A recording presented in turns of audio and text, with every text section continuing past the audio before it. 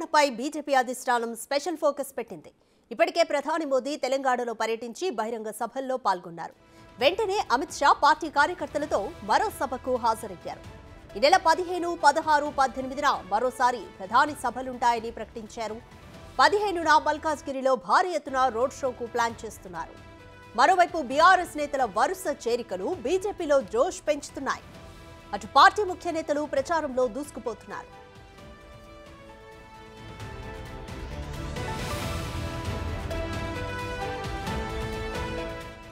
LB stadium సభలో party క్యాడర్ను guide చేస్తూ ప్రసంగించారు అమిత్ షా.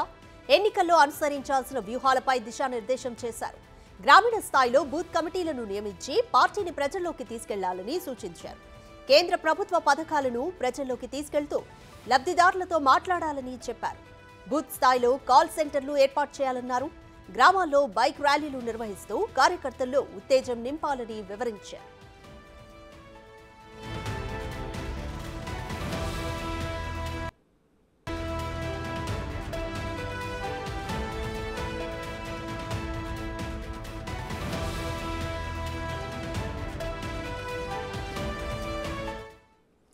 మోర్ డీటెయిల్స్ మా ప్రతినిధి వెంకట్ అందిస్తారు. వెంకట్, రానున్న లోక్సభ ఎన్నికల నేపథ్యంలో బీజేపీ కూడా టార్గెట్ సౌత్, ముఖ్యంగా టార్గెట్ తెలంగాణ అన్నట్టుగా ఉంది పరిస్థితి. తెలంగాణ నుంచి 12 సీట్లు గెలుస్తాయని కూడా సర్వేలు చెప్తున్నాయని అంటున్నారు. నిజంగా అలాంటి పరిస్థితి ఉందా? అలాగే రెండో జాబితా ఎప్పుడు విడుదలయ్యే అవకాశం ఉంది?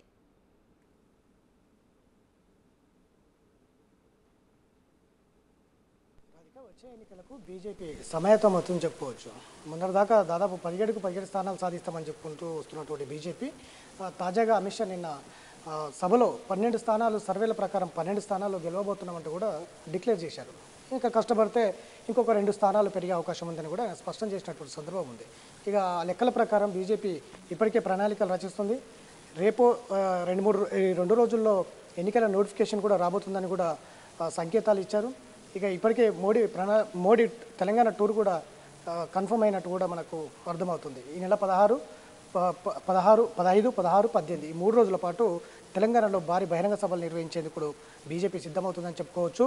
మల్కాజిగిరి, జగిత్యాల, నాగర్ కర్నూలు 3 పార్లమెంటు స్థానాల్లో భారీ బహిరంగ సభలు నిర్వహిస్తుంది. ఈ 3 బహిరంగ సభల్లో ఒక్కొక్క బహిరంగ సభ 3 నుంచి 4 పార్లమెంటు సెగ్మెంట్లు ఉండే విధంగా ప్లాన్ చేస్తున్నటువంటి పరిస్థితి ఉంది. ఇక దానికి సంబంధించి 3 బహిరంగ సభలకు సంబంధించి ఆ 3 సెగ్మెంట్లలో నేతలతో కూడా సన్నాహక సమావేశాలు జరుపుకున్నారు. నిన్న కూడా అమిత్ షా బిజీ తెలంగాణ రాష్ట్రంలో బిజీగా గడిపారు. ఆయా ముఖ్యమైన కార్యక్రమాలలో ఆయన పాల్గొని ఇటు పార్టీ శ్రేణుల్లో కావచ్చు, ముఖ్య నేతలను, ప్రజల్ని ఉద్దేశించి ఆయన కొన్ని కీలక అంశాలు కూడా చెప్పినటువంటి పరిస్థితి. ప్రధానంగా వచ్చే ఎన్నికల్లో టార్గెట్ సాధించాలనుకుంటే మాత్రం ప్రధానంగా ఒక 4 అంశాలు తెర మీదకు తీసుకొస్తుంది బీజేపీ. ఒకటి సోషల్ మీడియా, అట్లనే 10 ఏళ్ల కాలంలో మోడీ చేసిన సంక్షేమ పథకాలు, మిగతా శ్రీరాముడి ప్రాణప్రతిష్ఠ, అట్లనే ఇప్పుడు నూతనంగా CAA పౌరసత్వం బిల్లును కూడా తెర మీదకి తీసుకొచ్చింది.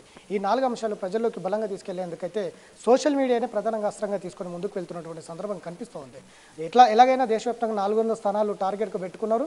ఇక ఆయా రాష్ట్రాల్లో కూడా వీలైనంత వరకు మెజార్టీ స్థానాలు సాధించేందుకే బీజేపీ దృష్టి పెట్టింది.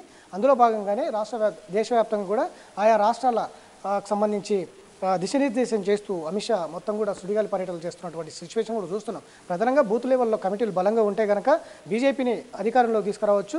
ఒక బూత్ లెవెల్లో ప్రధానంగా 350కి ఓట్లకు తగ్గకుండా ప్రతి బూత్ కమిటీకి ఇట్లా పనిచేయగలిగితే బీజేపీని నెక్స్ట్ లెవెల్లో మరొకసారి అధికారంలో నిలబెట్టవచ్చు అనేది బీజేపీ ప్రధాన లక్ష్యంగా ముందుకు వెళ్తున్నటువంటి పరిస్థితి. ఇప్పటికే సోషల్ మీడియా వేదికగా బీజేపీ అస్త్రాలన్నింటి కూడా సోషల్ మీడియాకి వేదికగా వినియోగించుకోవాలని చూస్తుంది. గత 2 పర్యాలు కూడా బీజేపీని అధికారంలో పెట్టడానికి ప్రధాన పాత్ర సోషల్ మీడియా పోషించింది. ఇప్పుడు కూడా అదే సోషల్ మీడియాని ప్రధానంగా అస్త్రంగా ముందుకు తీసుకెళ్లాలనేది అయితే స్పష్టంగా బీజేపీ చూస్తుంది. ఇంకా రెండో అస్త్రంగా ఇప్పటికే శ్రీరాముడి ప్రాణప్రతిష్ఠ ఉంది కాబట్టి శ్రీరాముడి ప్రాణప్రతిష్ఠను ప్రజల్లోకి తీసుకెళ్లేందుకు కూడా ప్రయత్నాలు జరుగుతున్నాయి. ఇప్పుడు పౌరసత్వ బిల్లు కూడా నిన్న అమిత్ షా మాటలను బట్టి మనం చూడొచ్చు.